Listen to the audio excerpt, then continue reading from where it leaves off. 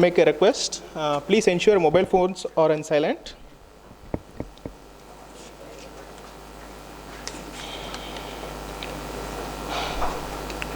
A very good afternoon to everyone present. Welcome to this edition of Founders Day lecture of Madras Institute of Development Studies.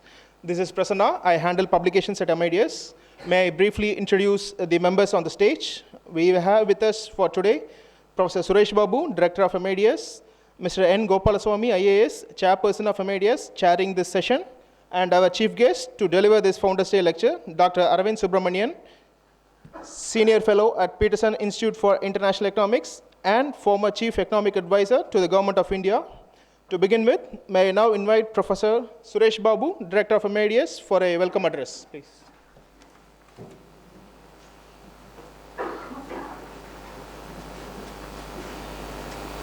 MIDS for the Founders Day Lecture 2024. Well, we had dark clouds and rains casting uncertainty on this event. We were robbed of the privilege of having Dr. Niranjan as a discussant because he was stuck in Bombay due to cyclone warning and heavy rains. But then the clouds cleared and today we have this event. So once again, I welcome you for this Founders Day Lecture 2024. Well, as economists, we use the concept of opportunity cost and trade-offs to analyze decisions. The opportunity cost here of my long speech is you're waiting for a wonderful lecture. So I'm going to cut it short. I'm going not to speak much. But then, for the sake of formality, I have to say a few words. So let me start with the importance of this Founders Day lecture. Founders Day lecture is the most awaited event in MIDS's academic calendar for two reasons. First, we have the opportunity to listen to an erudite social scientist on important issues pertaining to the economy, society, and polity. Second, it also reminds us of the task ahead to fulfill the dreams of our visionary founder, Malcolm Adisheshaya. I take this opportunity to welcome Professor Arvind Subramanian, who has kindly agreed to deliver the lecture today on an important issue. The moment I approached him, he graciously accepted my invitation. Thank you so much, Professor Arvind, for accepting our invitation. Well, he does not need an introduction to this audience, not even as a formality. Lance Taylor, the structuralist macroeconomist, a hero of mine, and for my generation of economists, once painted the following picture of the ideal macroeconomist. Ideally, one ought to be able to teach macroeconomics at the university in the morning, advise the minister on how to apply macroeconomics in the afternoon, and write scholarly papers on macroeconomics at night, all the while practicing the same craft. To me, Professor Arvind fits this ideal macroeconomist, and that is my introduction of him.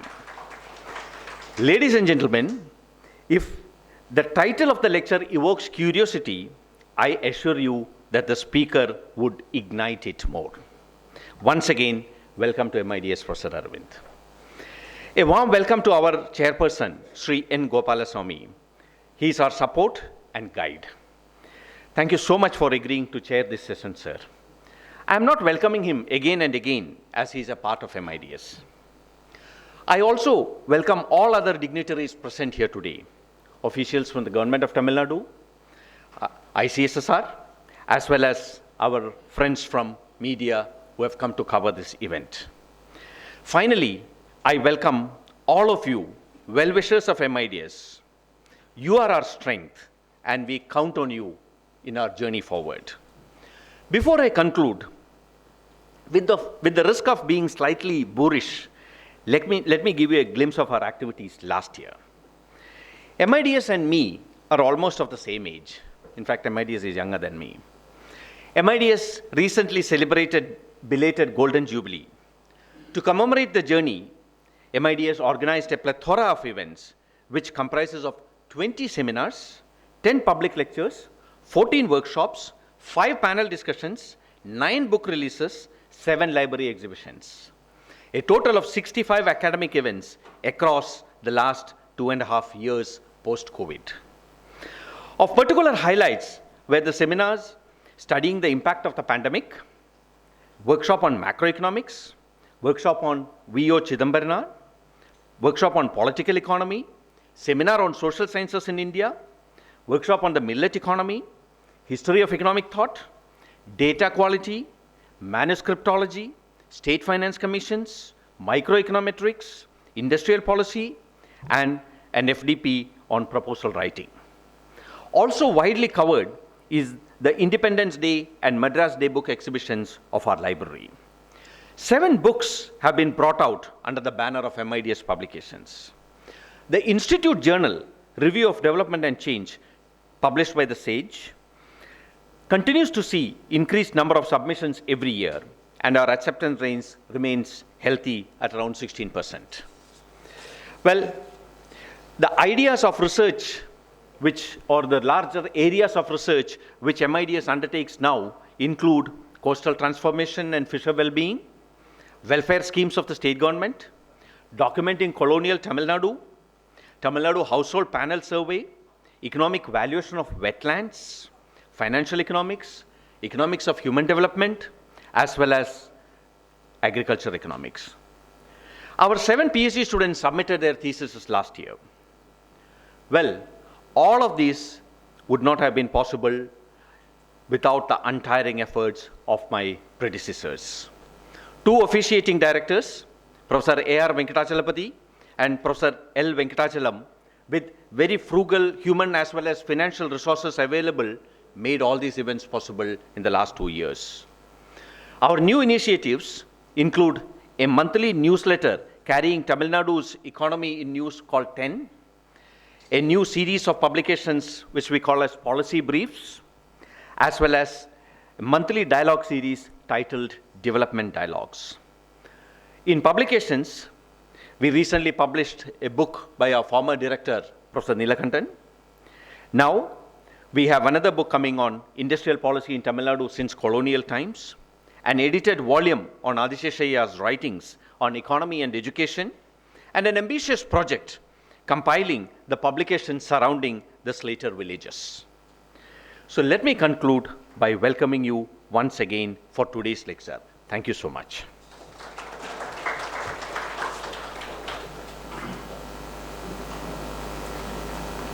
May I now invite our chairperson, Mr. N. Gopalaswamy, IAS, to deliver the chair's remarks, please.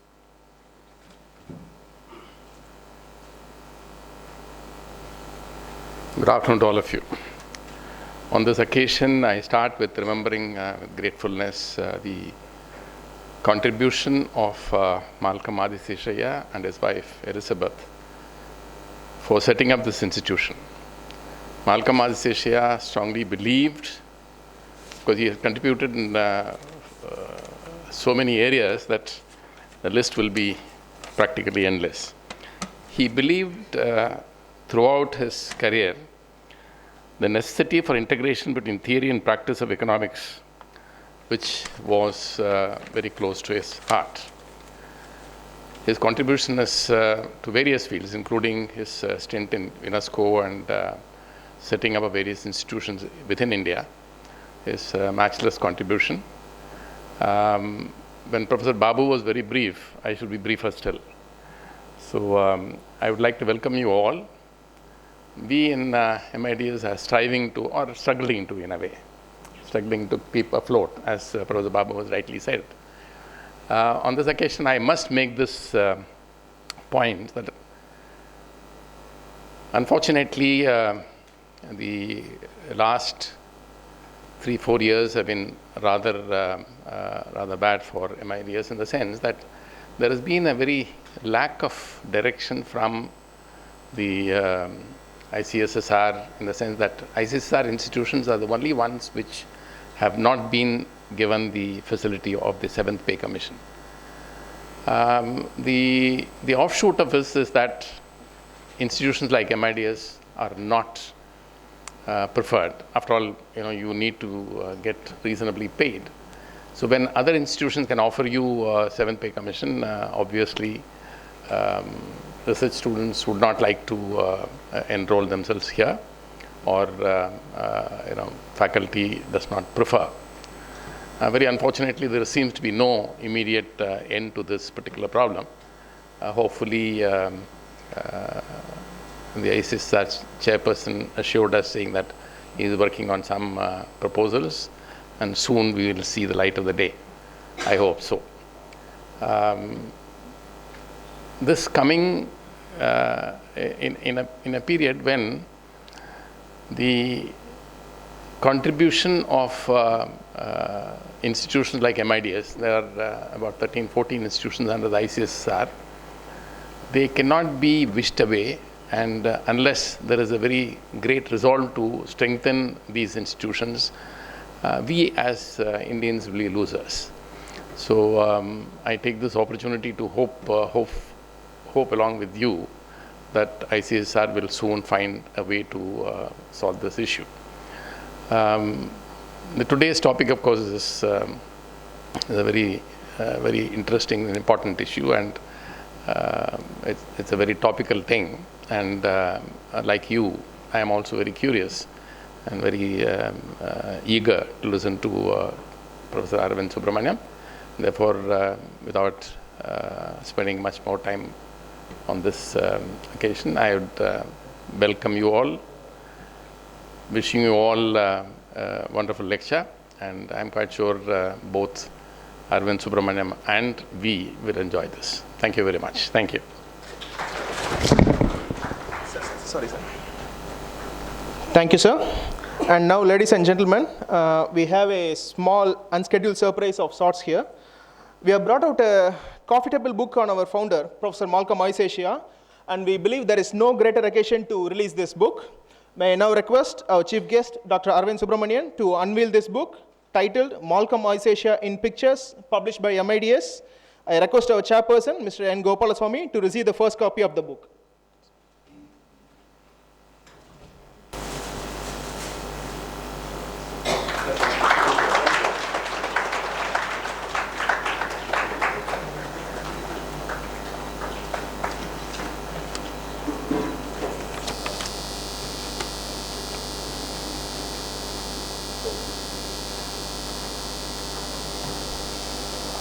Thank you, gentlemen. May I now invite Professor Venkatachalam, Senior Professor and member of MIDS Governing Council, to hand over a small memento on behalf of MIDS to Dr. Arvind Subramanian and to our chairperson, Mr. N. Gopalaswamy.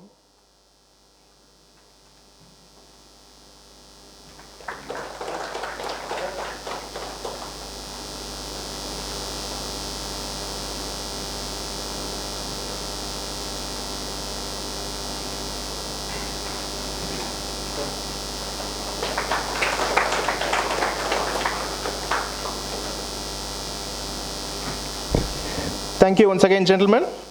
With this, may I now invite and hand over the floor to our chief guest, Dr. Arvind Subramanian, for the centerpiece of this event, the Founders Day lecture. Over to you, sir.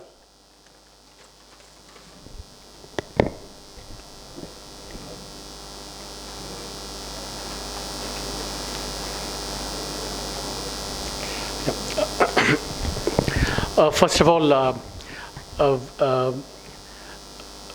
heartfelt thanks to MIDS, its chairman, and its director for inviting me to this, to deliver this very prestigious lecture, Founders Day lecture, in honor of its founder. As you all know, Dr. Aisacia was a great educationist, a great believer in institutions, a great believer in the power of knowledge, research, policy. And I want to just begin by saying what an honor it is to be delivering this lecture for such a proud, illustrious son of Chennai or Madras. And really grateful again for having invited me. And I want to also to echo what the chairman said at the end, which is that it's, institutions like this are absolutely critical to any modern liberal society which is based on, public reason and public debate. And institutions like this have a lot to offer. And, whatever all of us can do to keep these institutions strong, healthy, vibrant would be a great contribution. And I say this targeting, if there are any officials from the government of Tamil Nadu here, I would like them to take note of this fact because, there are little jewels of excellence, they're so rare that we need to preserve them, and I hope MIDS will continue to thrive in the months ahead, months and years ahead. So with that, let me turn to the topic of today's lecture, which was originally called the GST, 7 years of GST revenue performance, and who are the gainers, losers, what you'll see in the material that was distributed. But today I want to call it the Arun Jaitley bequest.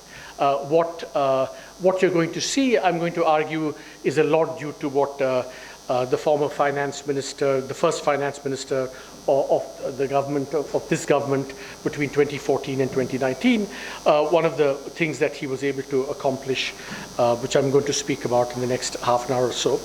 I want to say that this is, although I'm giving the talk, it's based on research with some wonderful young colleagues. 3 of them are sitting here: Varun Agarwal, Devashish Deshpande, and Tirtha Reji. They're all sitting here. I think you should give them a round of applause because they've done as much. And Josh Feldman, who's not here, but who also contributed a lot to this. Okay, so can I speak for about half an hour, 35 minutes, and then we'll do Q&A. Unfortunately, we don't have Niranjan here. He was trying okay. Oh, you have his comments? I have his comments. Okay, good, okay. Maybe we can read them out and then we can have that. So it's wonderful to have Karthik Muralidharan here, whose recent book on India is absolutely a must read for everyone interested in development more broadly. Okay, so about almost to the day 7 years ago, the GST was inaugurated in the Central Hall of Parliament, and you see the Prime Minister giving a speech. And of course, its key architect is sitting to the side there, Arun Jaitley. And it's interesting that when this was unveiled, when this tax was unveiled, it was unveiled by the Prime Minister. Huh? Yeah, it was unveiled as by the Prime Minister in his typically kind of catchy terms that he always uses. He didn't unveil it as the goods and services tax. He said this is the good and simple tax, just to make it kind of resonate with the public at large. And I'm going to come back and say, 7 years on, how ironic that description has turned out to be, because the tax has turned out to be anything but simple. And, and I'm going to argue that it may be approaching good in revenue terms, but certainly didn't live up to that, even that description for its first 7 years.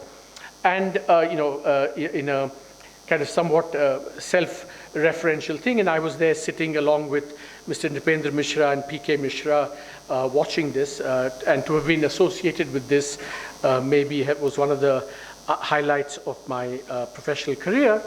I would just say that the Lance Taylor quote that you said, you begin in the morning, afternoon. I would add one more. I think when you wake up the next morning, you should be willing to admit the error of your ways of what you said the previous day. I think that should be part of the toolkit of every economist, to be willing to acknowledge that he or she was wrong. With not much exaggeration, I would say that perhaps the GST, certainly the most ambitious fiscal reform in India.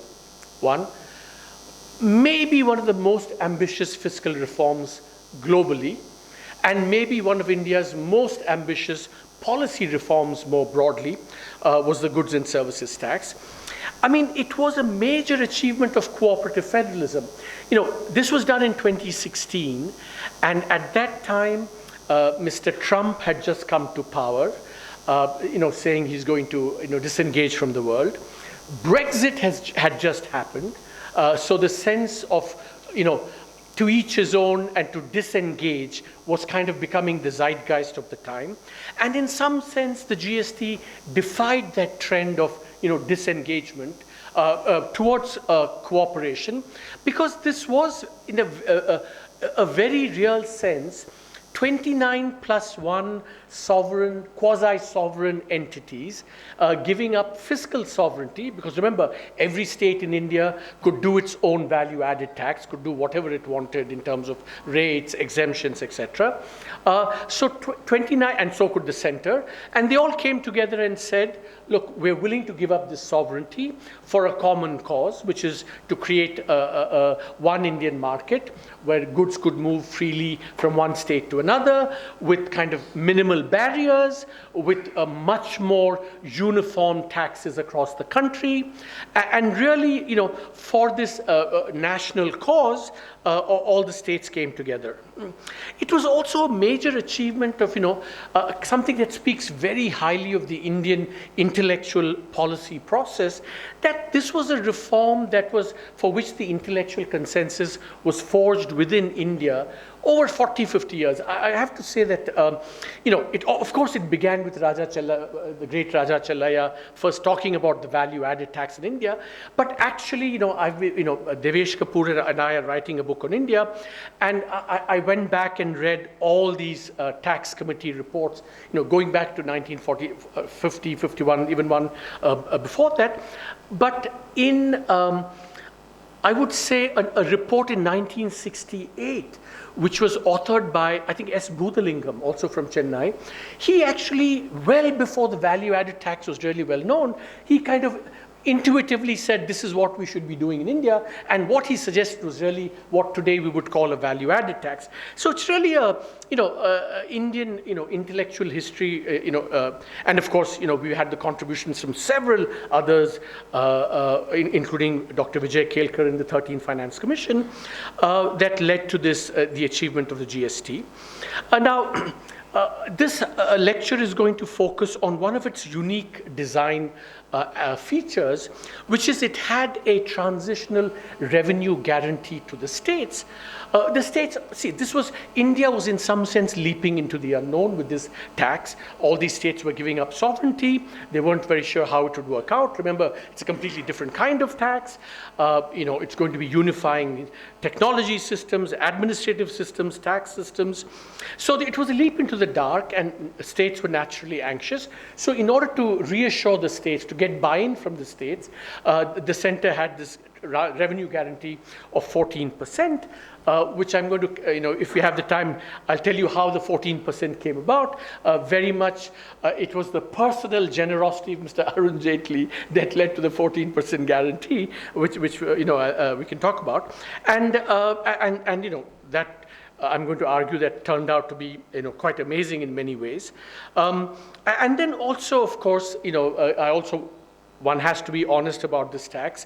It also represents a bit of a lost opportunity, which I hope we will regain going forward, that it turned out to be anything but a simple or a good tax going forward. So this is kind of the background to the GST, but I do want to emphasize that it was a major, major achievement of cooperation within India, which, I think there have been few such instances where almost like, actual policy design and implementation come about through how you would expect, the intellectual work is done, the intellectual consensus is forged, there's political disagreement, and then the political consensus is forged, and then you get this amazing, at least in principle, design.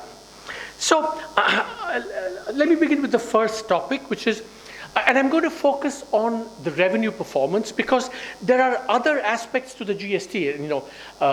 We've not researched it, and I'm going to focus on a certain narrow aspect of it, but recognizing that there's a whole bunch of issues surrounding the GST which others have written about and which need to be investigated much more. Was it good for Indian federalism? Was it good for Indian democracy? Did it create a common market? Lots of other issues which are need to be explored. Was it the best institutional design, for example? But I'm going to stay clear of this because, a paper can only cover one narrow aspect, and we're going to talk about the revenue performance because that too has, I think, a number of surprising findings and some very important implications for the design of policy going forward. First thing is that, so the wonderful thing about the GST is I think almost out of 1.4 billion people, at least half of them will probably have a view on the GST. Which speaks to Indian democratic process, because everyone and his uncle and aunt has a view on the GST, and so which is wonderful, right? It's become such a kind of. I remember when Vijay Kelkar's wife came to me and said she was at a pan shop in Jaipur somewhere in around 2000, and the pan wala came and said, Kelkar committee ka report bahut kharab hai, bahut acha hai, so the pan wala had become, so in some sense the GST, tax and tax policy have become like that. And every month what happens is that this is the number that's reported in the press, and you see this line going upwards, and every time we see this, wow, GST is doing very well, rising very rapidly, and you see that upward line. And in a kind of India goes into a collective gush of euphoria, seeing these numbers. And I just think that these numbers are very misleading, because if you take a tax, the tax will grow naturally if the base of the tax grows. So it doesn't say anything particularly special about the tax performance itself. If the base grows, whatever is giving rise to that, in this case it's consumption, which we usually proxy by GST, with GDP. And so if you want to measure how it's doing, you have to say relative to the base which generates that tax, how is it doing? And so in this chart what you see is collections on GST as a share of GDP for the country as a whole. And the red line is the 2012-17 average. It's kind of the equivalent taxes before the GST in the 2012 5-year period, 2012 to 17. And it was about 6.1% of GDP before. And then the black line is the GST itself. It starts at about 6.2%. It comes down with COVID. But the headline number says, even as a share of GDP, it's well above the 2012-2017 average. And again, India goes into this, wow, we've done very well, et cetera, et cetera. But in the first finding that this research yielded, which, by the way, is a byproduct of the work that we're working for the Tamil Nadu government, this is a byproduct of that activity. What you discover is that the gross collection number is what you collect in the first instance from the private sector, that's the tax. But then what the government gets is actually the red line here, which is much lower than the black line. And if you look at the red line, what you see is that if you look at the latest period, which is the fiscal year just ended, 23-24, the tax has only now probably reached the pre-GST levels. So it began at 6.4%, it plummeted in 2019-20, it plummeted even further during COVID, and then only now 7 years, you see that the 6.1%, the red line, approaches the blue dotted line. So how come? Sorry? So the question is, how come?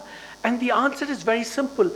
We did not know, because public data was not available, that while we collect taxes, we also refund some of these taxes to the private sector, which in the case of the GST is mostly refunds for exports. Not all, but mostly. Because this data was not available, we all focused on the headline collection number and said the tax was doing very well. But in fact, the tax revenue performance for 7 years was below what it replaced, and only today has it come there. And the reason this happened was because in 2018 and 2019, there were these drastic cuts in tax rates, kind of across the board, especially consumer items. We lost a lot of revenue from that. And on the one hand, you could say that that's good for the consumer because there was a tax cut, but that was not really, it was really kind of reckless, arbitrary rate cutting done largely for political reasons. And my kind of looking back, the kind of frustration I feel is that I was in government in that early part of that, at least until 2018, and we were all following the black line and thinking, well, all these rate cuts don't really matter because revenues are not doing too badly. We're doing as well as in the past. Had we had the actual data, and had it been made public easily, we'd have said stop the rate cutting because it's leading to a dramatic loss in revenues. And here, so, and I don't want to be at all, self-laudatory collective, for the team. But what happened was we did publish this in December of 2023, and the government in February started publishing this data on the refunds, and then actually started reporting both the collection numbers and the refunds, and therefore the revenue numbers. And so we thought, wow, wonderful that this has led to transparency. We all patted ourselves on the back for having done this. And lo and behold, as of this month, the government has stopped publishing the data. Sorry? There's no opposition anywhere. Yeah, so I mean, I don't know whether this will be permanent or temporary. It's very unfortunate. I just want to emphasize that we all talk about transparency, et cetera, but there is a real practical, real world dimension to this in this case, which is that had we known, the data, we wouldn't have embarked on this rate cutting. So the value of data is not just some theoretical value, but its actual value in terms of real rupees and paise to and lakhs of crores of them to the state exchequer, and now we've gone back to sort of data. I hope the government and the finance ministry will change its mind. And this was so. This is kind of one really important finding that comes out of the research. The second is what I would call, the time pattern of revenues and gainers and losers. And I'm being very honest when I say that it has taken us collectively probably about 4 to 5 months to understand actually what happened to the time pattern of the, and we can take questions, we can, happy to answer questions on this. But what I want to show is that it's kind of a little bit boring detail, but you had a pre-GST system. Then what happened was we had this revenue guarantee that the states were provided was the following.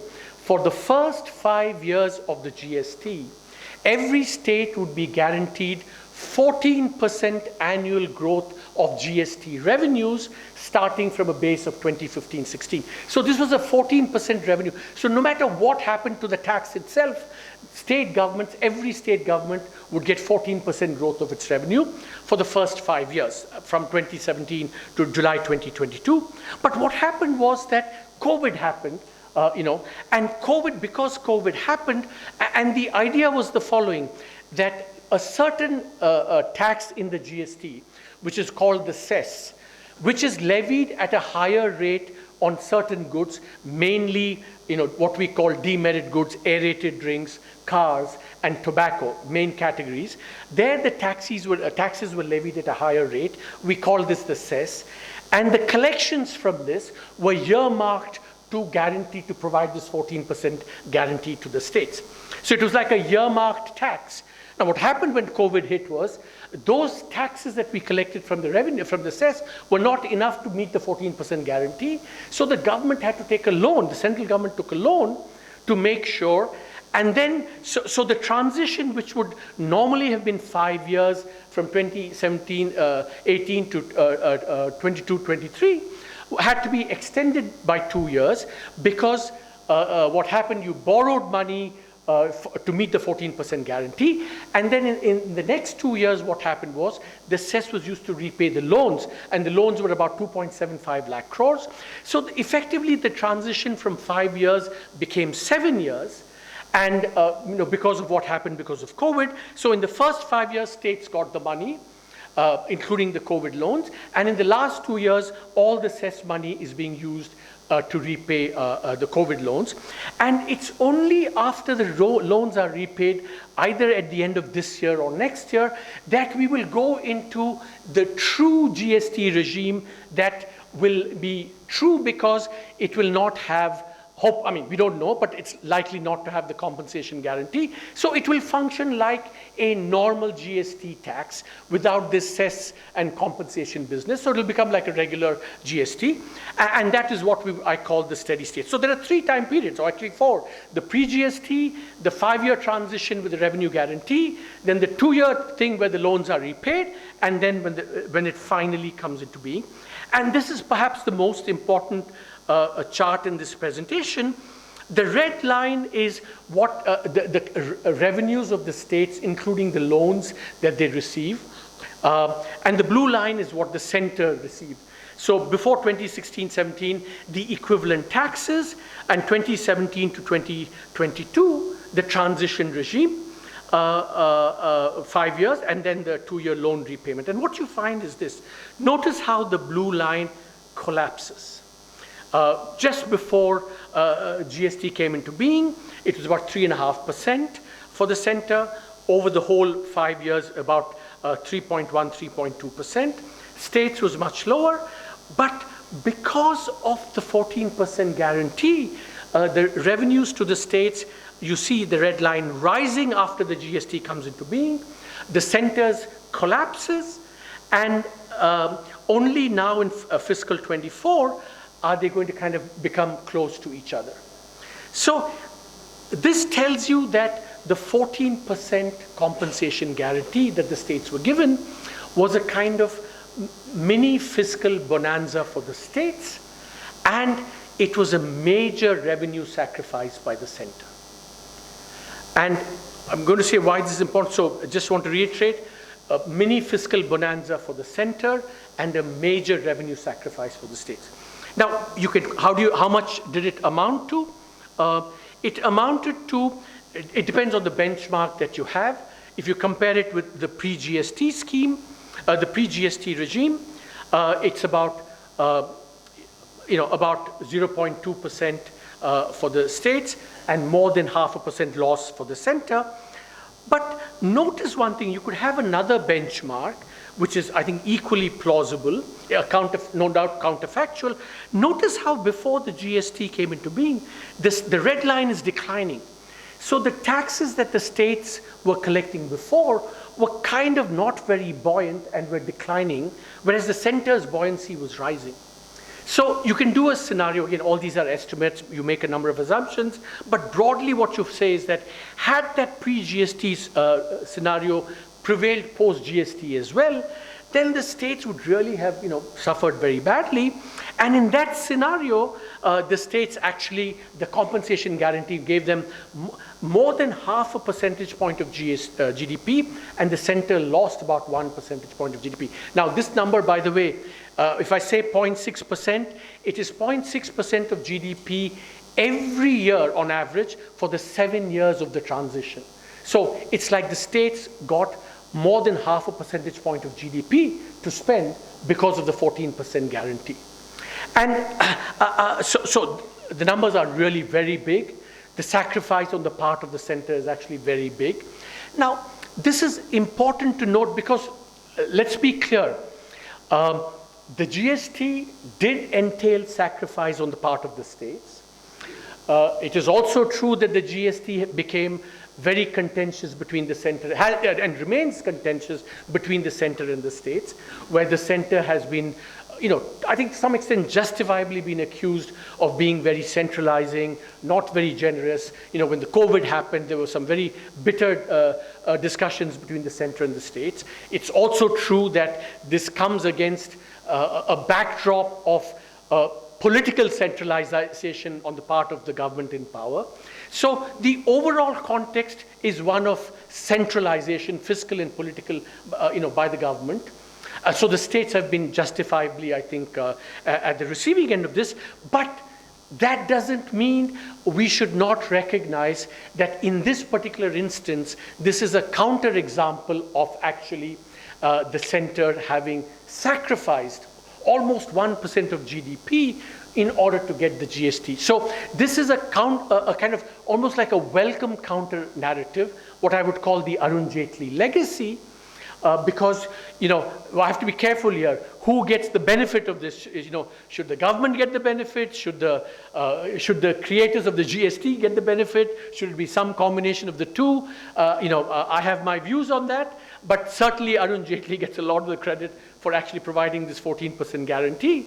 And so it's a broader lesson about public intellectuals that, we're all biased, but I think we owe it ourselves to be symmetric in our praise and criticism, regardless of our bias. And sure, this is not something that the Tamil Nadu government might be very happy hearing, to say that this economic advisor to Tamil Nadu is saying the center sacrificed on behalf of the states is not but it has to be, because the numbers speak loud and clear that in this instance, the center did sacrifice quite a bit, and the states gained quite a bit because of the 14% guarantee. So that's kind of point number 2, which was that the sacrifice was the gains and losses were quite significant, and the states benefited. Now, the third thing that we do here, which I'm going to be go over quite quickly, is that we conduct this analysis at the level of individual states. And the paper is, hopefully the paper will come out soon, and we do this analysis state by state, who gained, who lost, etc. Broadly, what we find is that during this period, states, and this is slightly counterintuitive, and this shown in this chart, is that broadly, states that grew slower during the period of the transition benefited more from the compensation guarantee. And it actually happens because of a somewhat trivial mechanical reason, because revenue to GDP, if the numerator is growing at 14% and GDP is growing at less than 14%, which is true, you get much bigger increases. And broadly, what you find is that that's what happened. The poorer, slower growing states benefited more than the faster growing states. There are three states. I'm going to come to what is going to happen, in equilibrium when the thing settles down. Who will be the true gainers and losers from the GST? I'll come to that in the end in just a second. But in the transition, the key point in the transition is that virtually no state lost because of the 14% guarantee. Very important to note. Here there are some negative numbers which kind of contradicts what I'm saying, but that's mostly because although it's true that no states gained, certainly no states lost from the first 5 years, but from the 6th and 7th year, some states did lose, and this is a point that I didn't explain carefully enough. Notice that the red line here after the first 5 years declines for the states. So in the last 2 years, the states do suffer, because what happens is that the cess, which was distributed to the states in the first 5 years, is being used to repay the loans. So neither the center nor the states, the kitty that's available for redistribution declines, and that's why the states also suffer from that. But for the period as a whole, broadly no state really loses, and because of those last 2 years, yeah. This fall here, when you say loan repayments, it's not the states are paying, it's the guarantees over. Yeah, guarantees over, exactly. So the loan repayment is by the central. No, the loan repayment comes from the cess. The cess is collected and being used to repay the loans. So the cess is not available for redistribution either to the center or the states. And that's why you see the decline. So I think so the Arun Jaitley effect is not just in the aggregate, but almost in reality, no state really lost. Who got the compensation? I'll skip over now. So let's go forward. 2 questions. The one big question is what should happen to the compensation cess? And there are really 2 questions. People get confused by the cess. They think it's a kind of different tax from the GST. The cess is nothing but the same GST applied at different rates to different goods. And because it's been earmarked, it's thought of as a completely different beast. So when we think about what should happen to the cess going forward, there are 2 questions. Should it be, eliminated, or should it be made part of the rate structure and be treated like any other GST tax rate, like, the 18% rate or whatever? So that's one question. And the second question is whether compensation should be restored. Remember, the compensation has, as Karthik rightly said, it expired 2 years ago. And now the question is whether states might say, look, again, we're heading into the unknown, let's restore the compensation guarantee. And I think that our answer to that is that the cess should just be folded into the regular rate. It should be made part of the regular rate structure, but because it's on demerit goods, it should be applied at a higher rate. And then it becomes like any other GST. You get, if it's interstate or international trade, it becomes like the IGST, or otherwise it's like the CGST. I don't want to go to all the details, but basically it becomes like any other GST rate. The second more important question is whether it should be restored, and we think that it should not be restored. And we say that for 2 or 3 different reasons. One is that the compensation was never meant to be a permanent feature of the GST. It was meant to be a transitional feature to get buy-in from the states. Now that we've had 7 years of experience, I think we can be confident that we've kind of stabilized the tax, and therefore we should not go into compensation again. Also, we've calculated that from today onwards, once the loans are repaid, the cess will once again be available for redistribution, and therefore the kitty will increase relative to today. And our calculation is that at least from today onwards, no state will really lose, because the kitty will once again become bigger. And so what goes to the center and the states will increase. Remember, the compensation cess is about half to 0.5 to 0.6% of GDP. So in principle, the states will get half of that, the center will get half of that, and therefore it shouldn't be restored. The final reason why we say it shouldn't be restored is, I'll call it the Arun Jaitley effect. I said was a generosity effect. But remember, generosity elicits or triggers moral hazard. When the 14% compensation guarantee was given to the states in the beginning, many of us knew and recognized that it would create moral hazard, which is that the states, knowing that they were going to get 14% guarantee, would be cavalier about rate cutting. And that's exactly what happened. That rates were slashed. Both the center was complicit they wanted to do it for political reasons, but the states were very happy to go along, because you cut rates, it's politically popular, but you don't face the revenue consequences because you have the 14% guarantee. That's what we call moral hazard. We got that exactly, and we don't want to repeat that experience going forward. And, now, the last I would say is that, when we step back and say once the GST reaches the steady state, what is it going to look like? So this is a chart that shows, vertical axis, the pre-GST taxes that the states got as a share of the GSDP, and on the x-axis is per capita GDP. So, I use the word progressive, is that on balance, if poorer states get more revenue, this line should be downward sloping. That would make it a kind of a progressive tax, at least vis-a-vis rich and poor states. And the pre-GST regime was not progressive. It wasn't regressive, but certainly poorer states did not get more than richer in tax collections than then. Basically, it was pretty random. But once the GST has come in, or will come in the steady state, it will become a little bit more progressive. You see this line, it is downward sloping, and therefore what's happened under the GST is that exactly as we expected, because it went from being mostly a production tax to a consumption tax, and therefore we thought that the poorer states were net consuming states. And in fact, if you see the major gainers pre-GST relative to what the GST is going to look like, the states that are going to benefit are already, you can see that in the data. Bihar, Rajasthan, Uttar Pradesh are big gainers. All the net producing states like Gujarat, Haryana, Karnataka Remember, and Tamil Nadu. Remember, Tamil Nadu was opposed to the GST. Mr. Narendra Modi, as Gujarat Chief Minister, was opposed to the GST, and for good reasons. And you see that in the data, that net producing states do suffer on balance, and net consuming, and that has happened, which is actually what we expected, which is maybe a desirable feature of fiscal arrangements going forward. But what is interesting about this is that this is the number for the overall GST GDP ratio.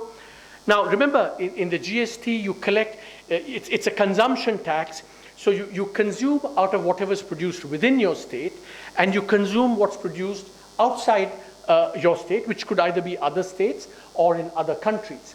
That's called the IGST. What happens is that you see that if you just look at what is produced and consumed within a state, the GST does not benefit poor. It looks exactly like the pre-GST regime. But when you look at the IGST, that is consumption from trade, that is the part that's become more progressive. Essentially, that Bihar, it produces very little, but because it's a poor state, it still consumes, and the consumption, it gets a lot of taxes from what is produced in the rest of India. And in fact, you can see that this shows how much is the tax collected on goods from outside versus goods from within, and the poorer states are all lined up. This IGST doesn't include IGST It imports. includes both.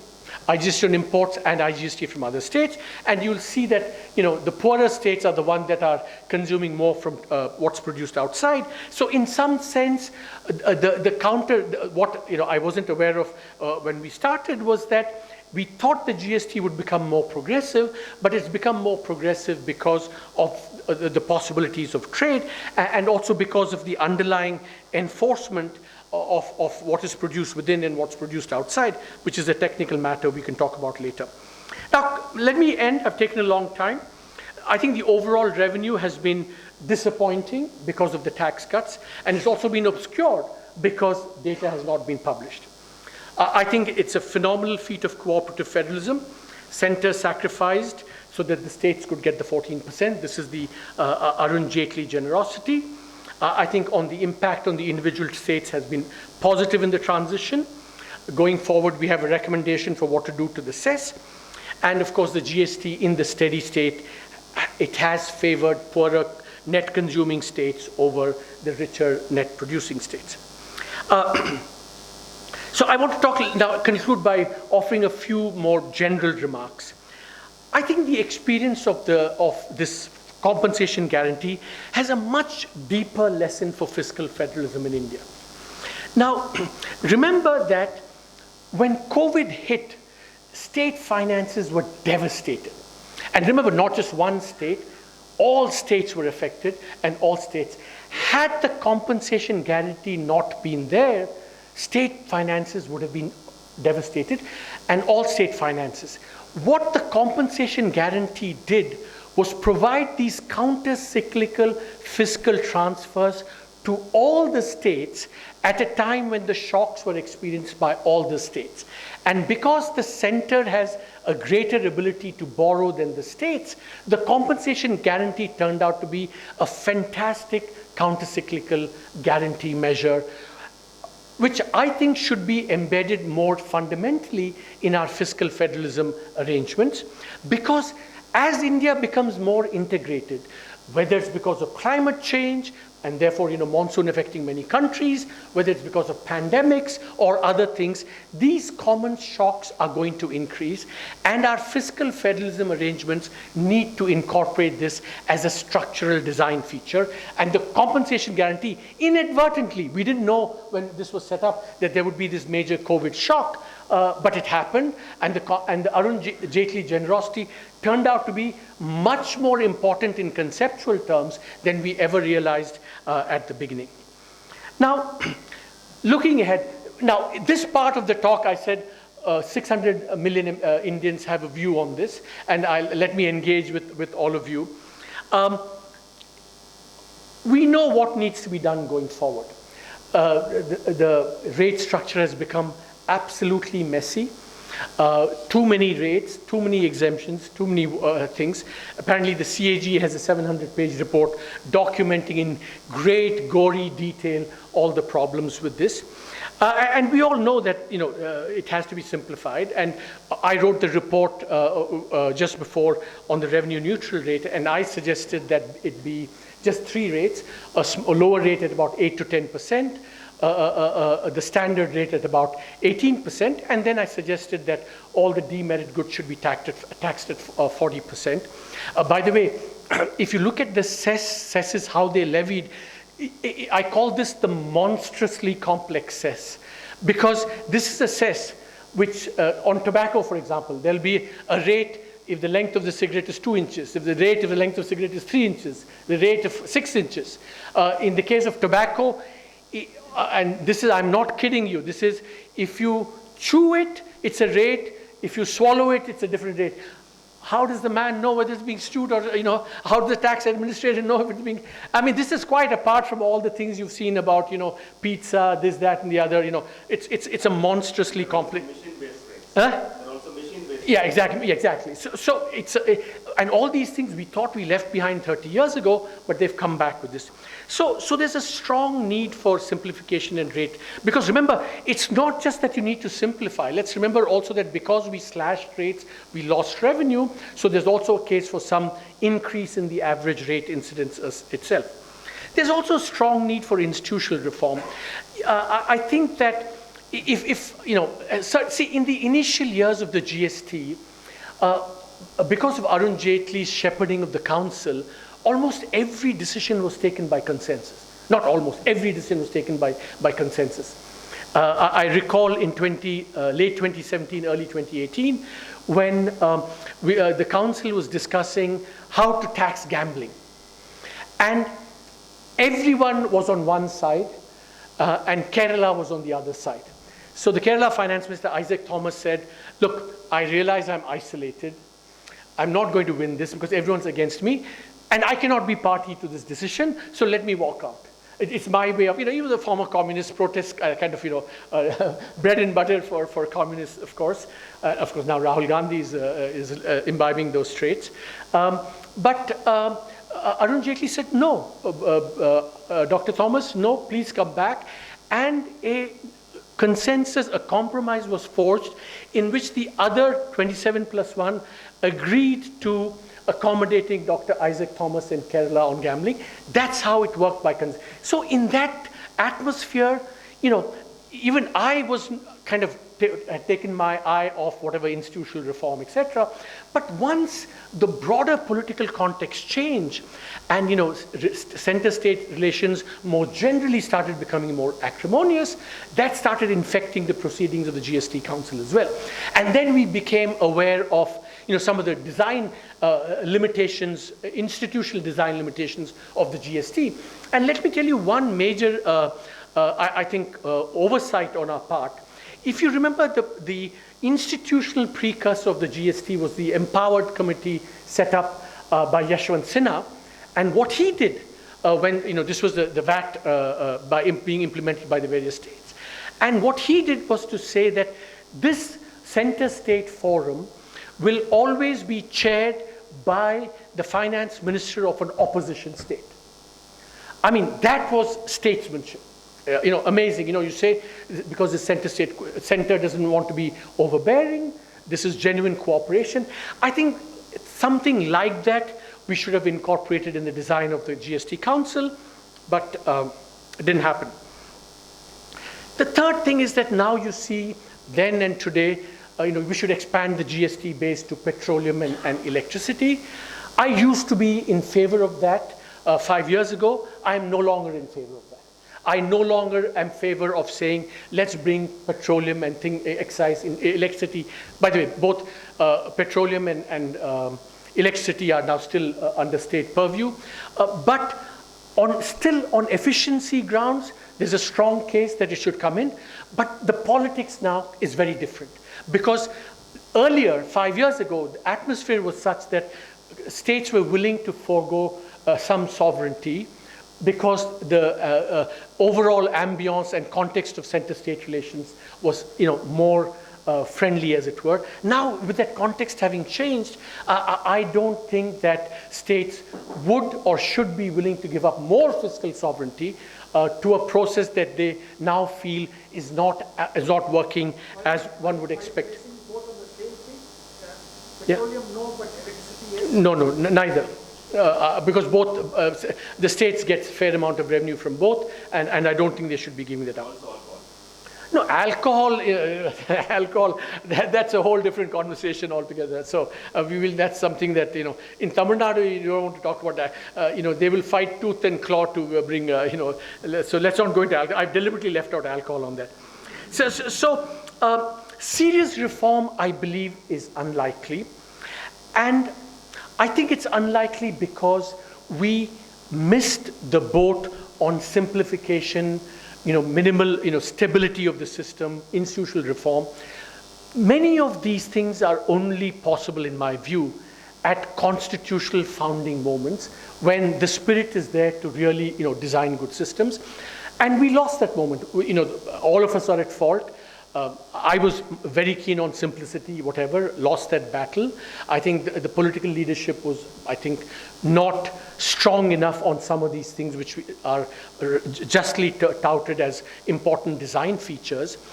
And once that we lost that in the founding moment, basically, I don't mean to be disrespectful, but now in the GST Council, it's like every rate is up for negotiation, Someone says, startup, let's give a rate. EVs, we'll give another rate, So it's become, the sanctity of certain principles are only possible to instill at founding moments.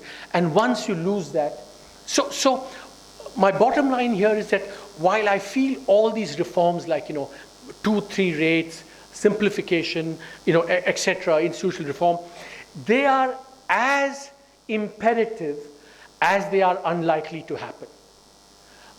We ain't going to get these reforms going forward of the kind that we need because there's no more, unless we get a new constitutional founding moment.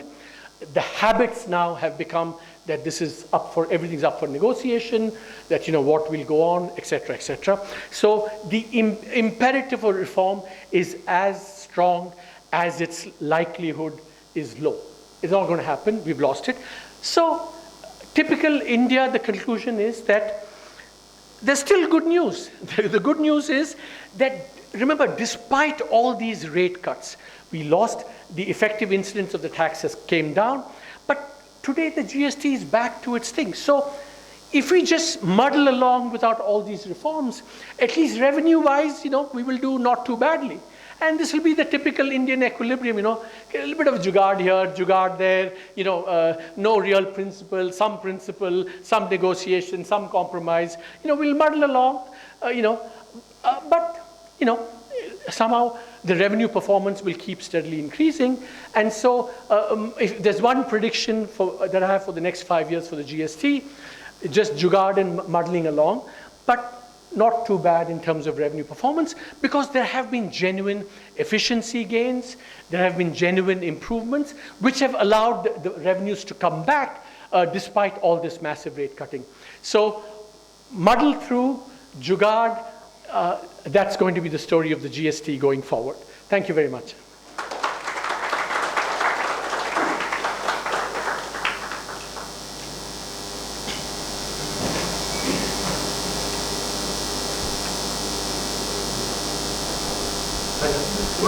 That's fine.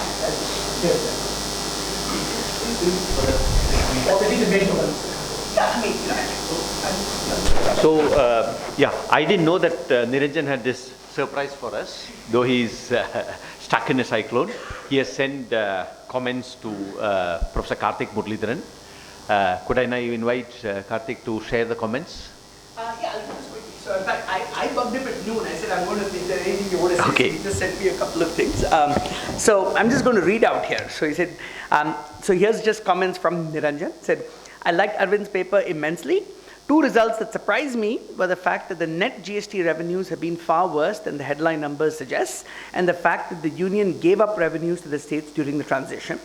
However, on the latter, I'm not sure how much of this is because of the spirit of cooperative federalism and how much is just bad incentive design, specifically the decision in 2017 to provide this revenue growth. I think, I mean, going through all of this, the one fundamental question, I think he raises, and then he says, maybe I could phrase this better, but let me articulate what I think he's trying to say, right? Which is one very interesting puzzle here is if the gap in GDP per capita between, say, Bihar and Gujarat is 5x, right? I mean, so I'm coming back to the progressivity. And if as a fraction of consumption, that multiple is a lot less, it raises deeper questions about how is it possible that the consumption gap is so much less than the income gap? Is it because the consumption itself reflects certain redistributive aspects from the center, which makes consumption in Bihar kind of, steeper, higher than its income? And then because the taxation is now consumption based, you're getting another round so there's one round of progressivity that's coming from, say, a finance commission formula or a centrally sponsored scheme formula.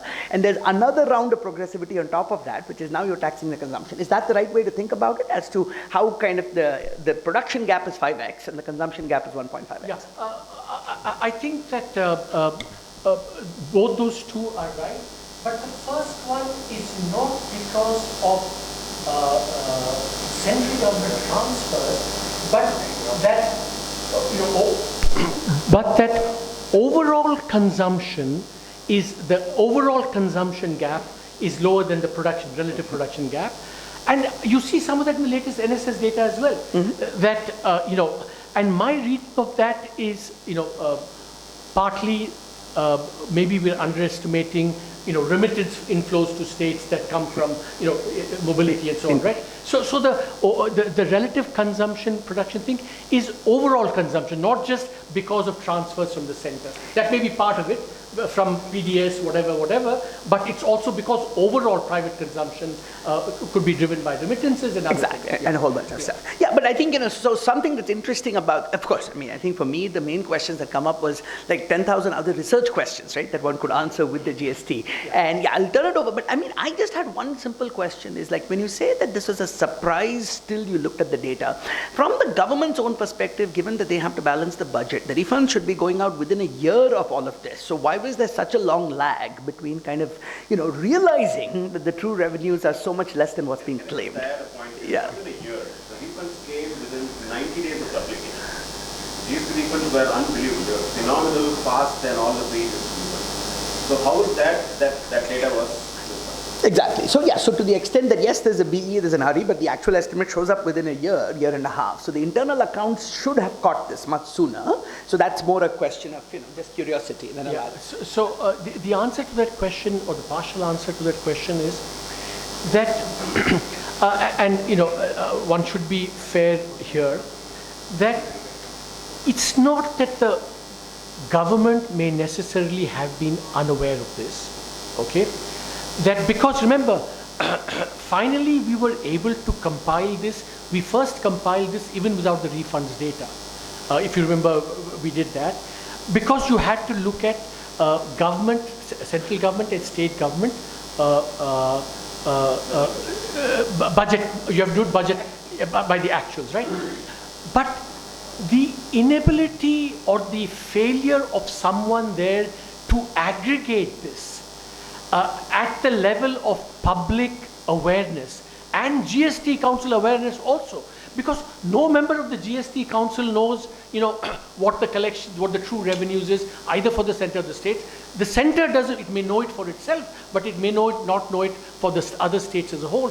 So it was not deliberate hiding of the data, but the fact that it was not publicized led to these errors of judgment on our part. And it was in some sense a collective failure. I mean, you could argue that actually the academic community, the community, the research community that's studying all this is actually also at fault because, they could have compiled this data as well. But I think the point is that because there's so many technical issues in the initial phases, the generosity, extended even further. No, I think that, for example, if in 2018-19, someone had presented to the GST Council the lower line rather than the above line, I think there would have been some check on the rate cutting. So this was a case where the data is available, but it's not, you have to hunt for it. It's more like a promoter presenting what the investor likes. I don't think even it was that deliberate. I think it was, just habit and routine, and not, nobody did the thinking collectively. The research community could have asked the same question. Exactly. I mean, you could say that on the one hand we think great service we've done. We could say we did it 5 years too late. We should have done this. Yeah, Varun, you have a clarification? For that, I think it's just the appearance of GST as a whole is that it's such a beast and such a complicated mechanism that nobody really wanted to get into. Like even when we were looking for research for GST, initially all the papers we could find were either by the same people who have instituted the GST at some point of time. Successors to Dr. Arvind at the CA office, Mr. Vivek Devgar, for example. So all the research that has been done on GST has not been done by people outside the government. So that's another reason why I think it was not really brought up for example, Madras Institute of Development Studies does not have access to GSTN data, does it? No, by the way, all of this data we have is in the public domain. But they don't have access. No, it's the public domain. Everyone has access. Now it is available in the public. No. Which one are we? This data that the You first, have used now. the first chart which shows the difference between collections and refunds. Yeah. Anyone who had said I'm going to look at the budgets of states and compile it would have been able to come up with that. But nobody did. In fact, somewhere what happened was when we talked about the monthly data, it's not actually a monthly data, it's the previous month's data. The return is filed 20 days later. I just think that, but the tragedy is that having seen the value of this, the government has stopped publishing to us. But the other interesting point is that the IGST growth has been Now let's get systematic questions. Yeah. Is it okay to take some questions? As You're many happy? as you want. Yeah. Okay. I'm here. Yeah. Okay. So I think now we will take questions. I would request you to be brief, to the point, so that we can have more questions. And if you don't mind, to give everyone a chance, questions, not statements.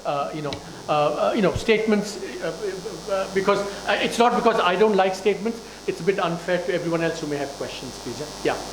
So going forward, you see states like Tamil Nadu reducing states getting pretty much benefited. And the other question is, we have these slabs of 18% as well. What would be your suggested slab for this? So that's a great question on the two questions you've asked. The first question is a great question because remember that a big part of why states kind of, certainly the center lost and some of the states lost and the guarantee prevented it, is because the overall pie also came down because of the rate cuts. If the overall pie had been growing through a better rate structure, then the likelihood that, so even after the compensation goes, because the pie itself is growing, everyone would benefit. So which leads therefore to the second question of, what should the rate structure be going forward? Vijay Kelkar says there should be one rate, and when I wrote the report, I was acutely aware of that, and Dr. Vijay is of course one of the most thoughtful persons who's written about Indian fiscal policy. My own view was that, look, in this case, the best cannot be the enemy of the good. You cannot get one rate in India. There's no way the Indian public would tolerate, agricultural products being taxed the same way as whatever motor cars. It's not going to happen. And so a compromise which I suggested was, 3 rates. And I would still say that you should go back to just 3 rates, a 10 to 12%, 18%, and something like 35 to 40% for all the cesses, just one rate. And then I think you will get a lot of the benefits you would get from simplification.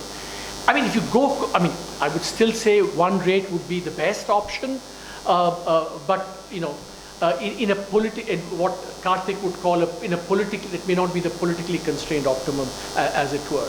And I would still say, but to get from where we are to 3% to 3 rate would be a massive simplification and would yield enormous benefits.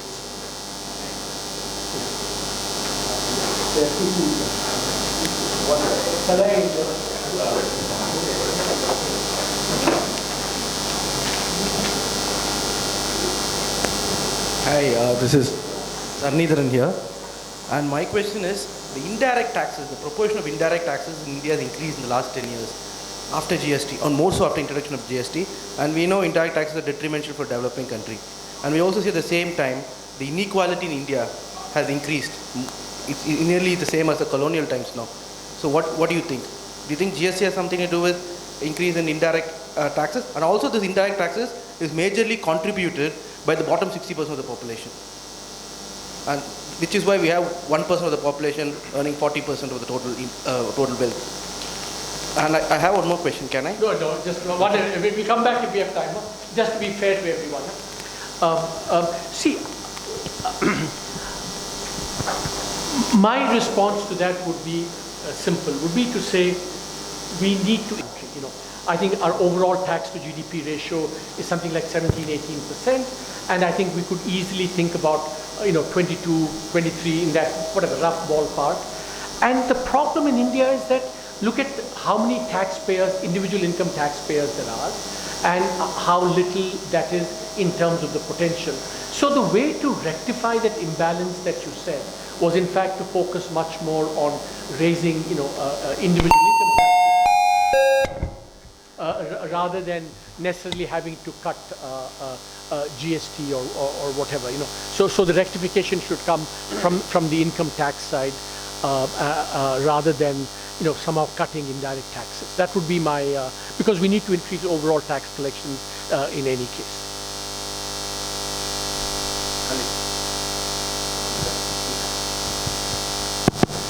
Thank you, Professor, for this wonderful presentation. I have just two basic questions, which I just build on Professor Karthik Muralidharan's comment. You know the gap of this between the poorer state and rich state, particularly say Bihar and Gujarat, is 5x.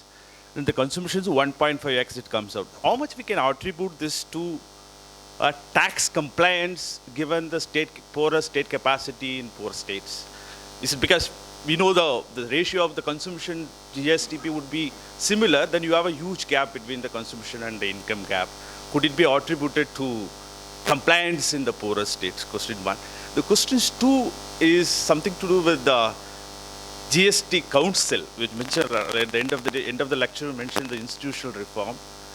So it looks like given the 33% of the residual power to the center, any given point in time, it is unlikely that the opposition states to come together to have a meaningful say in the council. Looks like giving up the sovereign power of the states looks like you will never get back that by a council. Yeah, thank you. Yeah. Two great questions. And I didn't want to get into this, but I think it's the first one is a bit technical, but it's something that I only realized after this research. Is that, you see, what happens in the GST, right? Every state, it collects SGST and it collects IGST. So the production within a state is, involves state capacity of the state. But in some ways, the compliance and enforcement for taxes from interstate trade or international trade is partially outsourced to other states. That's why it's better. Yeah, that's why it benefits relatively the poorer states. And that's what it shows. And that's a really important point which I hadn't realized until you think through that. Basically, in the IGST, it's partially outsourced to the other states. So in a sense, it's like, when we talk about monetary policy, we say we should tie our exchange rate to the dollar because, they do the discipline and then therefore we have to follow the discipline. It's some version of that. And that, I think, is a really subtle aspect of the GST which helps the poorer state. So I'm glad you asked that question. It's an excellent question. The second one, I would say that, yes. Now, you can start getting really elaborate and, in terms of voting systems, what is fair, what, doesn't prevent these, super majorities, etc. The whole literature on that. My own view is that that's almost a fool's errand. I mean, you can try that, you can keep doing that, whatever, right? But the point is that a precondition for that, or let me phrase it very starkly, if you have a broader spirit of cooperative federalism, you don't need these things. If you don't have it, even if you had these elaborate voting things, it won't work. So therefore, what is missing therefore is that, and this is the responsibility of the center mostly. They have to create this spirit of cooperative federalism, which Arun Jaitley did in his early years. And so there's no getting away from that. Again, great question, yeah.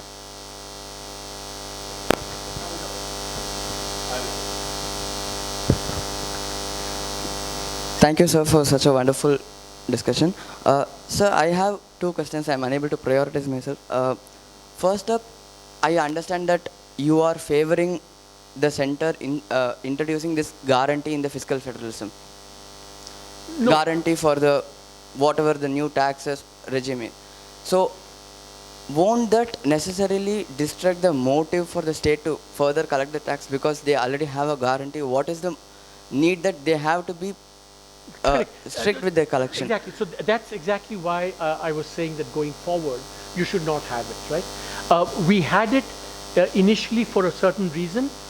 So it yielded benefits, but it also exposed the cost. It created costs and benefits, but that was intrinsic. You couldn't avoid it.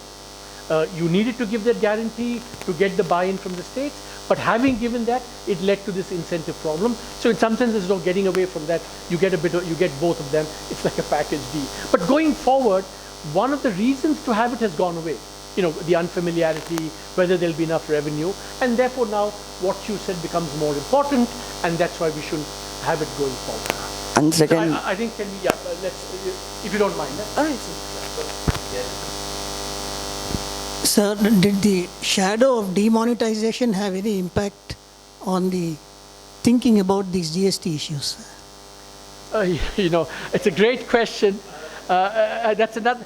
But let me just say one thing. I'll just say one thing, is that I don't want to get into demonetization. That's a whole different thing. But what I would say, and very strongly and bluntly, that the implementation of the GST was absolutely burdened by demonetization having preceded the GST in a number of ways. And so the GST was a victim of that, and it paid the price in some ways of that. I mean, for example, both hit the same small trader community, and this is two shocks in a row. So if you hadn't had the first shock, maybe there'd have been less uproar. Maybe we could have responded to it with more attention. So certainly that was a victim of demonetization having preceded. Professor, we have had about 50 years of sordid experience in terms of sharing resources between the center and the states when we started talking about GST. How come that we can assume that cooperative federalism, the spirit of cooperative federalism, survived only in that room, while outside we had the enormous problems, continuous problems. Never had a happy relationship with any of the states of the center. How did that cocooning happen?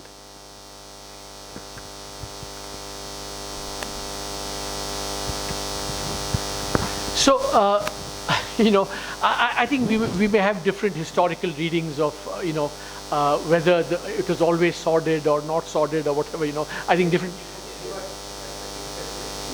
See, but I think that you ask actually a very good question to which I do have an answer. Supposing we took your assumption that, so the question is, how did this bubble of cooperative federalism come about, in this ocean of, sordid relations, as you put it? No. So I mean, let's not dispute. Maybe it depends on your point of view. What happened with the GST was the following. One, there was a remarkable intellectual consensus that this had to be done. Because I have read documents beginning with, if you read the great, what's his name, the American Constitution who wrote on the Indian Constitution, what's his name? Granville Austin. Beginning with that, if you read those debates, and if you read all these committee reports, one of the biggest contentious items in Indian tax, if you read about it, was the fact of the sales tax, and the sales tax being taxed at different rates, what it did to different goods, etc., etc. So the consensus had built up that the GST was a good solution, and it was a intellectual consensus. All sides, left, right in India, all agreed. There was no political consensus on that because the net producing states, Tamil Nadu, Gujarat in particular, to some extent Maharashtra, said, this is going to go against us, we will not do it. What happened was, in 2014 when this government came to power, what happened was that Gujarat, which was in opposition, BJP ruled state, Tamil Nadu opposition, were all opposition states. So they opposed the GST. Maharashtra also opposed the GST. In 2014, the net producing states who were going to lose became part of government. And the states which were in the opposition, like Bihar, were in the opposition, but they stood to benefit from the reform. So the overall political economy changed in 2014 and 2016, because 2016 there was yeah, exactly. So Gujarat and Maharashtra became part of government, and then the incentive changes because the BJP is ruling the government. The Prime Minister has to deliver kind of national reforms, so he can no longer oppose it because he has to do this national tax, and that made a big difference to the politics of the GST. The opposing states were in opposition, the states that were against it on economic grounds were in opposition, the states that were in favor, part of the government, but then it's flipped, the states against, the states in favor were part of the opposition, so even though they would have liked to oppose it, they stood to gain, and the states like Gujarat became part of government, and that changed, the balance between net producing and net consuming states changed, which gave rise to a much more favorable, so the combination of the intellectual consensus and the changed balance of politics between net producing and net consuming states is what allowed that to go through. So one question, this is on the cess point which you made, where you said that instead of continuing the compensation, we should fold it into the normal rates. Now, the cess, keep the compensation aside from the cess. The cess should be folded into cess should be folded into it. And no more earmarking. No more earmarking. Now, given the headline numbers which seem to indicate that the collections are great, and the headlines have stuck to the public at large, and that is a perception that numbers have really grown, would the council or the center even be willing to swallow the bitter pill of increasing the rate of tax when they fold the compensation? Because if you look at all the rates, all of them are perceived as high rates today. Today's GST rate, despite India's being quite low, public perception is very, very high. So do they even have the, the mindset to bring in increase in rate of tax to get rid of the... No, see, in substance, that is not what will happen. The optics may be different. I mean, for example, if the cess is at 2% today, so the cess will be, let's say, 2 to 15, 20, whatever, it should all become 1. The average incidence should remain the same. So I think you need to tell the public that you've not raised the rate, you've just kept it the same, it's just that you've simplified it. So it has to be revenue neutral, therefore the incidence of that will have to be the same. And I do think that you're right. If people think that we're actually doing very well on GST collections, then I think further raises in rates, whether it be for the cess or the lower rate, that will be more difficult to push through. But then now I hope people will realize that only now we've got to, and that cutting rates cost us 1.5 lakh crores or more of that. Cutting is one project. We'll come back to you at the end. Yeah? So in GST era, what is the incentive for states to invest in manufacturing, right? Tamil Nadu is touting to invest a lot in getting manufacturing, but it does not help Tamil Nadu anyway. And Tamil Nadu's declining population, how will we solve this problem? Because we are importing labor to manufacture. What's the point in spending on importing labor to manufacture and not get the GST compensation or GST collection for the same? Because the remittance again will go back to the poorer states from here when you import labor. So are you, I'm trying to understand your question properly. Yeah? I think you're raising one thing about importing labor, which is one question. but you have something else on the GST. Are the two connected in some ways? Yes, so Could you just explain how? So every rupee incentive which Tamil Nadu government is going to give for manufacturing, right? How much more back comes to Tamil Nadu is the question.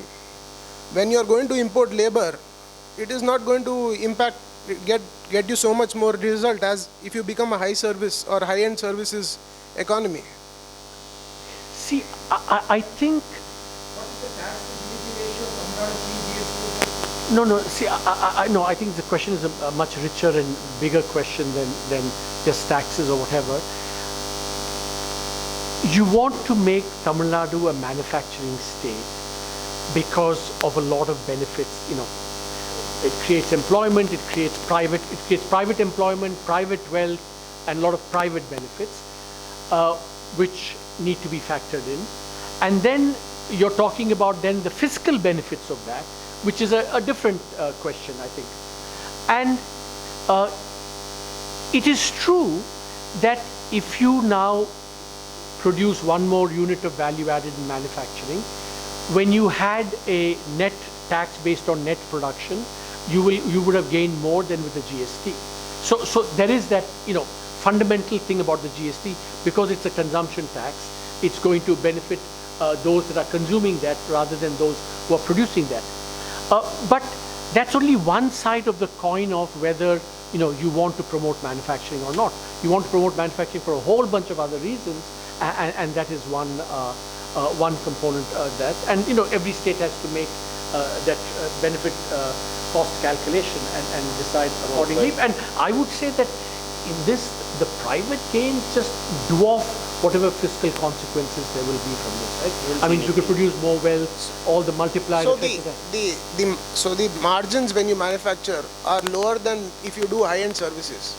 The margins which automatically you are going to pay your taxes on your profits. So the profits you are going to make are much more higher when you do services rather than manufacturing. See, I think this is now we're getting into a slightly different question. What I'm saying is, at the end of the day, you are based what GST has done from looking at it from 7 years. You have killed the incentive for me to manufacture. That is for developed states like Tamil Nadu, Karnataka, Telangana, Andhra, which you will realize later. Why will I put up a manufacturing plant? My population is declining. My fertility rate is declining. It is at 1.35. I don't have people to work in Tirupur. If you go to Tirupur, there are no Tamil laborers. All the laborers are coming from North India. They're going to come from North India, transfer the money back to Bihar, where they are going to benefit on a higher GST. My people, it is my land, my resource here, right? These are our resources. These are actually, and my goods are being exported outside. Yeah. It makes, all I'm saying. No. So I very, I don't want to get into. Yeah. For a state, at the end of the day, Yeah. what GST has done is for richer states like Tamil Nadu, like Karnataka, my adopted state, is to produce, invest more on high-end services like chip design, where my people will get employed, profits will remain here, consumption will remain here, rather than make a textile plant or a shoe plant in here, where I'm importing labor. It is better off, like Ratan Roy says, that the shoe plant and the textile plant in Bihar and Uttar Pradesh, where a 200 rupee shirt can be manufactured and then can be supplied to India, because because you don't tie up together, you are allowing free imports from Bangladesh. And Bangladesh has... So I think I understand your question. So because I think, I have an answer to your question. Look, when you say that, at the margin, services versus manufacturing, the relative benefits to Tamil Nadu are lower with services than with manufacturing. Okay, this is your basic contention. Higher for services, and it's my fault. Higher for services than things. So let me then counter that. Okay. One, there is no evidence that the ratio of consumption to production. Take your global capability center. all the consumption is abroad. The export is abroad, that's consumed abroad. You get, you get exports are zero rated, you get zero taxes from that. So if you're exporting, zero. So the ratio of consumption to think is not different. One. Second, remember, and this is the key point to remember, you get a high-end service, you will employ 2 skilled people from Tamil Nadu. If you get manufacturing, you will get 100 extra people, of which maybe 50 will be outside, but 50 will be within Tamil Nadu. I will give you an example. I've been to many plants with Mr. Vishnu, who was here, and this is the rough composition of the labor force. In, if you allow me to speak, yeah. So the ratios that the labor force in manufacturing, roughly 1/3 high skilled labor from Tamil Nadu itself, 1/3 in many of these female labor from Tamil Nadu itself, and 1/3 from the rest of the country. So therefore, the benefits from manufacturing for the state, the private benefits in terms of employment, even allowing for all this imported labor, I would argue, and you can contradict me with data and we can have a conversation, that no, that's not the case. You want to provide 2 IIT engineers with jobs in global capability centers rather than 100 women in college, in clothing plants. I would opt for the latter.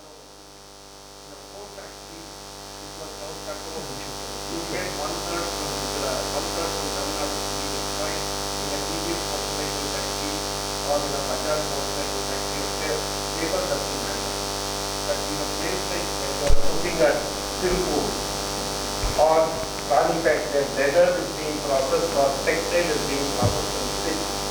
What we are saying is, what we are saying is 2 is a polar factory, in a TGS factory, in a Ford factory, or a Tata factory which is coming up and running right. But not true. The majority of Tamil Nadu manufacturing is today in terms of textiles. Because if you go to a typical silkwood plant, not even 10% of labor will be from Tamil Nadu. Yeah, I think we'll continue this. Maybe there's some question from that side. Yeah, please. Okay. Hello. Sorry. From the layman's point of view, which I think will interest a lot of people, do you think stage has reached where GST is by itself a major contributing factor for increasing inflation? And to what extent is non-compliance a factor? And do you think states who are getting together on various issues, they could press the case for opting out of GST? Is it practical? Is it not workable? Or do you think a stage may reach where states may think, can I have the option to opt out, just like many laws are offered? You can offer your opposition to a central law and you can have your own state law. Do you think some such thing is possible, or is it sealed forever?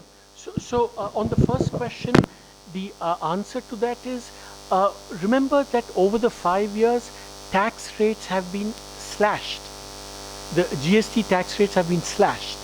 So GST rates contributing to inflation, if anything, it's gone the other way, because rates have been, the average incidence has gone down from something like 14% to about 10.5%.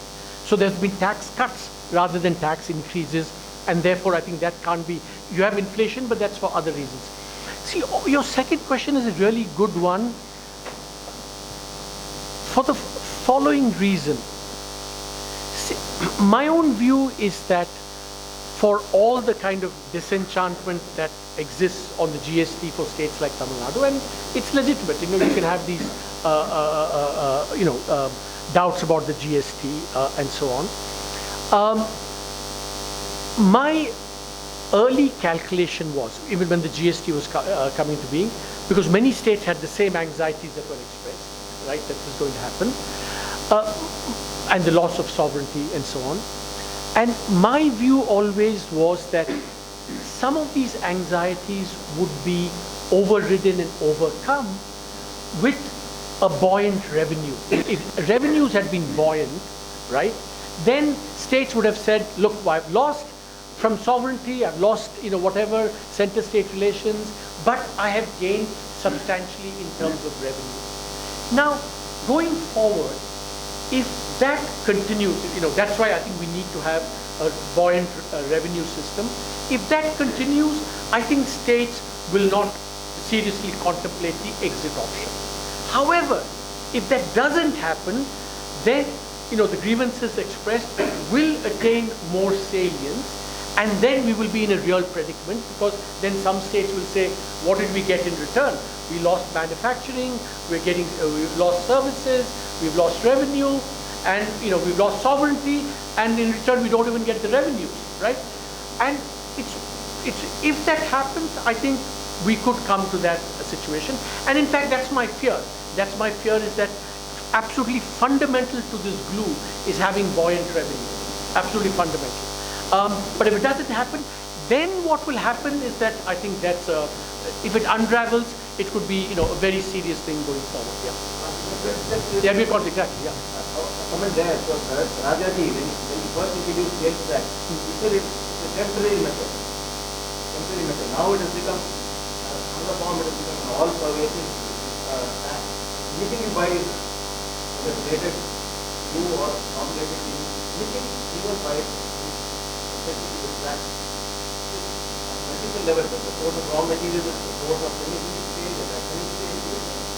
It should be only as a market state and not at the consumer level. I mean, on this you can have genuine differences of view, because I think world over we've gone to the view that if you have production-based taxes, you will distort incentives. If you have consumption-based taxes, you don't distort incentives. So in a sense, the pie is more likely to become bigger with a consumption tax than a production tax. The production tax may be good for you in some narrow sense, but certainly for the country as a whole, the pie becomes bigger with more likely with a consumption tax than a production tax. And that's the worldwide experience, not our experience. Everyone believes that. Sir, to look at...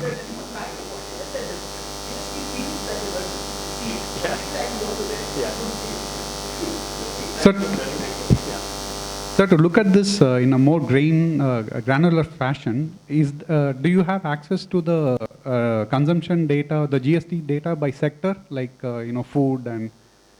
So you see, the situation on that is that only the government, and this is the funny part, only the state government, only it has access to that, but it has access to that only for the GST in its own state. It does not have access to the GST, everything happening in other states, because for some reason, here too the cooperative federalism mechanism is not as strong as it should be. Every state should have access to taxes and tax collections in every other state, and whatever the center is doing as well. And that's another aspect where the cooperative federalism needs to be much better, and the center again has to be much more generous. This is not even generosity, this is just allowing people to analyze, states to analyze and improve the system. Overall the system would become better if that were done. But this is a real problem.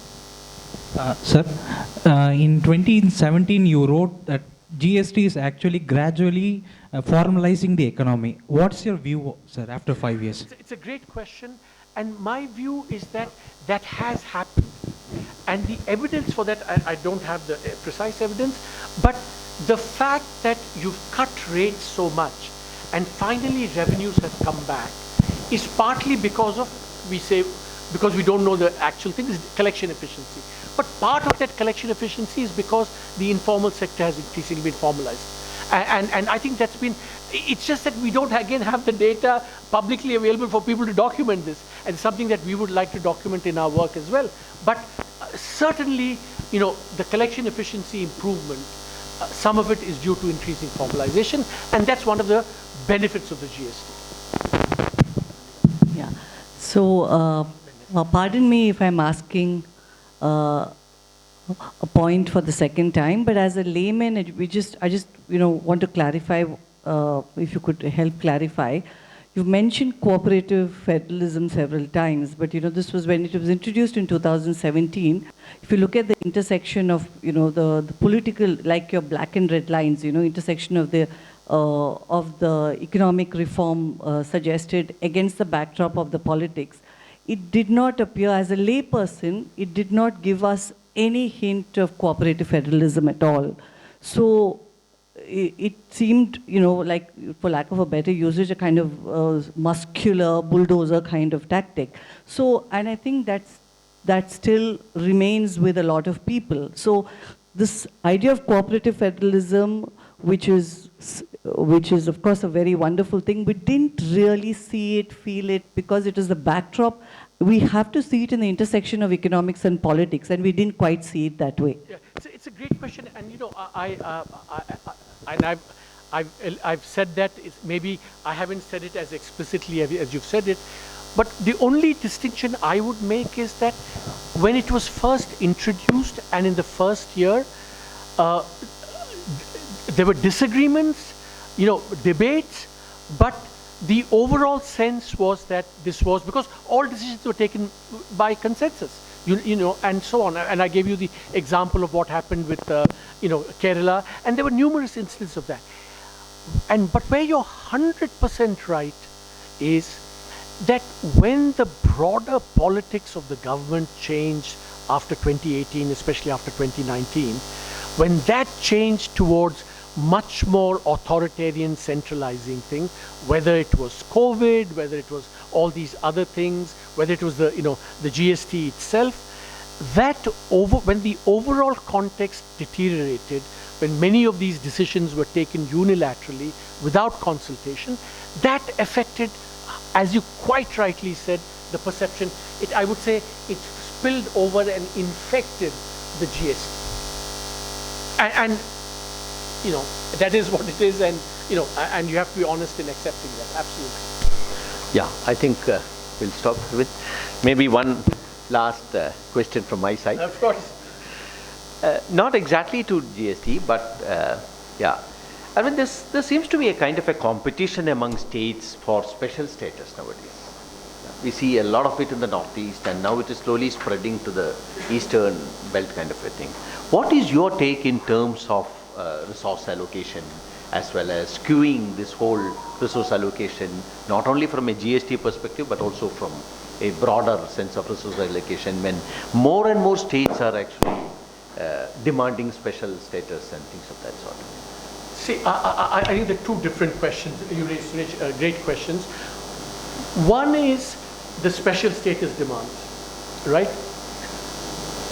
The other is what should happen to broader resource devolution, fiscal federalism questions.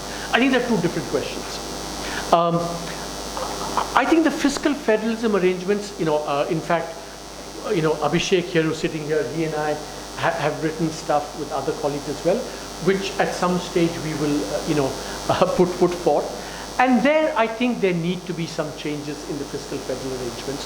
I happen to believe that, I hope on this at least the Tamilians will be happy with me, that I want to say that the fiscal federalism arrangements have become overly redistributive over time, and we need to correct it. But that's a broad point. I think special status, I'm sorry, absolute no. Because it's a very simple reason that and remember, my first point speaks to my second point, that those deserving of special status are generally the poorer states, right? We already accommodate them by making our devolution highly redistributive in the first place.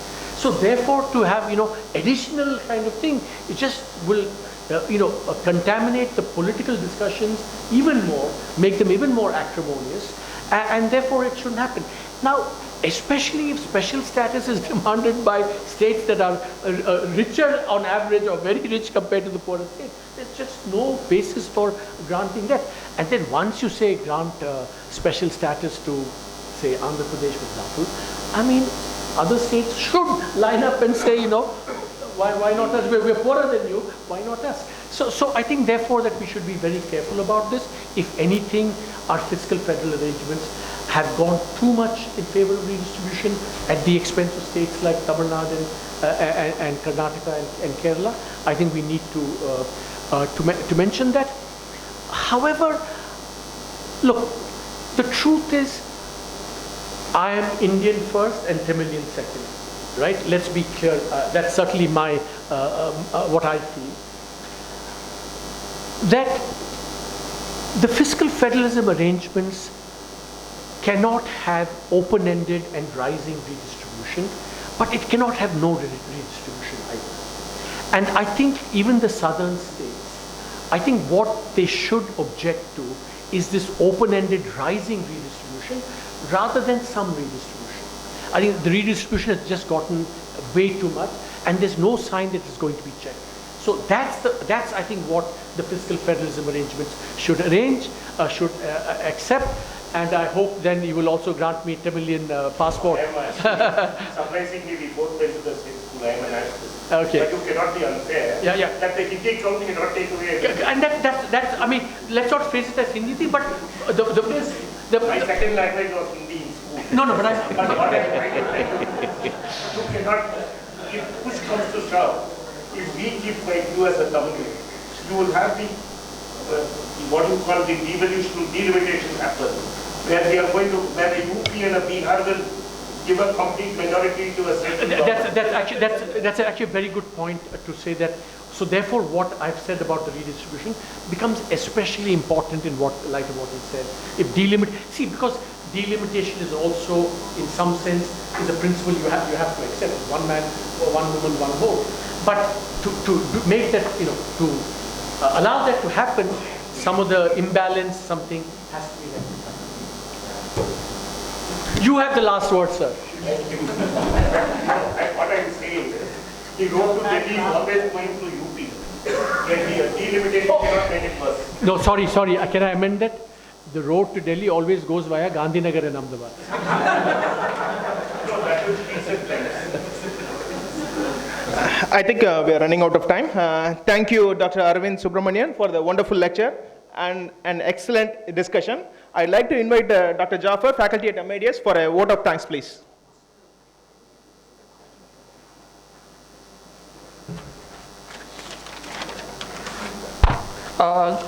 Good evening, everyone.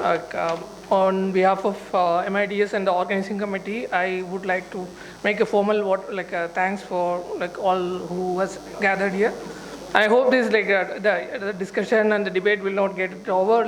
You will get more points to argue and a debate, more clarity and more conviction. First, I thank our chief guest, Professor Arvind Subramanian, for this insightful lecture, and that has enlightened us for all the sides, both sides. We have been debating, we have been arguing also for several time, and I hope we'll continue that. Thank you, sir. And I thank our chairperson, MIDS chairperson, Professor Sri N. Gopalswamy IAS, for chairing the event and also for his support, and also thank MIDS director Professor Suresh Babu for his initiating this event, and also for his leadership. And also I thank our our supporters especially the ICSR New Delhi, Government of Tamil Nadu, and MNEA Trust, Malcolm Adishaya Trust for supporting MIDS activities and providing the leadership. And I also thank everyone who gathered here, especially the representative from policy, the making, and academia and press, and also the industry representatives, all those who have come here and participated in the event. And lastly, again, for internal team also, the MIDS team who from administration supporting all department who have been providing support in making this as a kind of a successful event. And finally, I thank everyone who made it into the event and made their time to spend this a good evening. I hope you had a good time and good evening. Thank you.